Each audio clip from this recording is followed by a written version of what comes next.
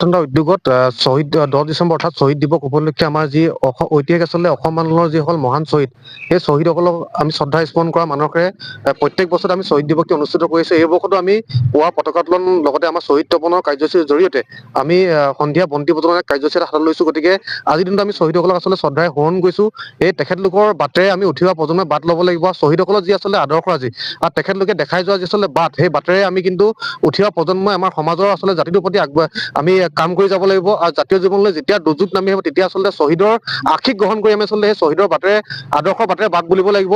আৰু আজি দেশত আমি ৰজাঘৰক এটা কথা ক'ব লাগিব যে যিহেতু ঐতিহাসিক অসম আন্দোলনৰ ফলশ্ৰুতিত হোৱা অসম চুক্তি, সেই অসম চুক্তিখন যাতে দায়ী কমাহ প্ৰতিটো দফা যাতে কাৰ্যকৰী কৰাৰ ব্যৱস্থা গ্ৰহণ কৰিব লাগে অতি শীঘ্ৰে। কেৱল মাত্ৰ তেওঁলোকে ঘোষণাতে যাতে সীমাবদ্ধ নাৰাখি তেওঁলোকে কাৰ্যকৰী কৰাৰ ব্যৱস্থা গ্ৰহণ কৰিব লাগে।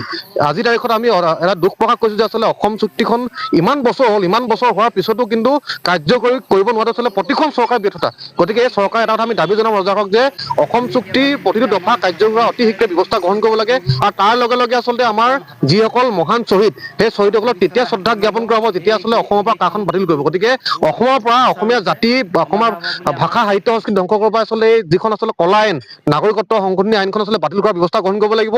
আৰু এইখন কোনো কাৰণতে আচলতে অসমবাসী ৰাইজে নেমানো, আমিও আচলতে কোনো কাৰণতে গ্ৰহণ কৰিব নোৱাৰো।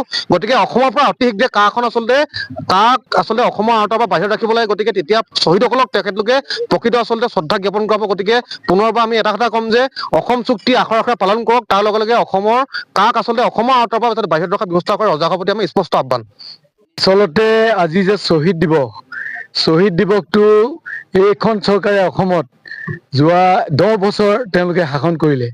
এই 10 বছৰ কাৰ্যকালত তেখেতসকলে শ্বহীদসকলৰ স্মৃতিত তেওঁলোকে অনুদান আগবঢ়াইছিল, কিন্তু শ্বহীদ দিৱস পতা নাছিল।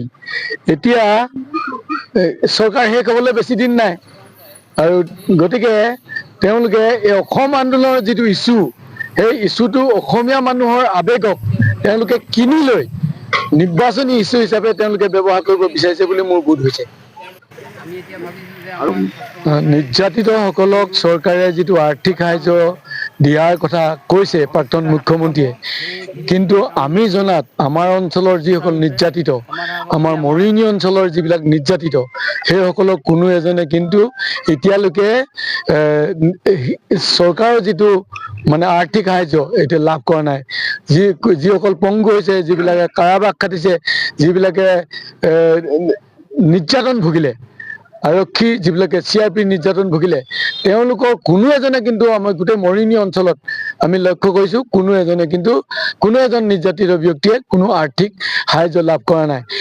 নিৰ্যাতিতসকলক আজি শ্বহীদ দিৱসৰ দিনাখন তেওঁলোকে আমন্ত্ৰণ কৰি নিছে, এইটো ভালেই কৈছে, চৰকাৰ প্ৰশাসনে ভালেই কৈছে, কিন্তু তাৰ ভিতৰত থকা অন্তৰ্নিহিত উদ্দেশ্যটো ঠিক নাই হোৱা যেন মোৰ বোধ হৈছে। এইকাৰণে যে নিৰ্যাতিতসকলক মাতি নি তেওঁলোকক অপমান কৰাৰ কিন্তু অধিকাৰ প্ৰশাসনৰ নাই, চৰকাৰৰ নাই। তেওঁলোকক মৰ্যাদা সহকাৰে তেওঁলোকে ত্যাগ কৰিছিল, তেওঁলোকে আন্দোলন কৰিছিল, আৰু আন্দোলন কৰি তেওঁলোকে যিটো ত্যাগ কৰিছিল সেই ত্যাগক শ্ৰদ্ধা জনোৱাটোত ক'বলগীয়া একো নাই। কিন্তু তেওঁলোকক মাতি নি তেওঁলোকক যি অসন্মান কৰা কিন্তু মই কিন্তু পক্ষপাতী নহয়, আৰু এইটো চৰকাৰৰ এই কথাটো মই কিন্তু ঠিক দেখা নাই।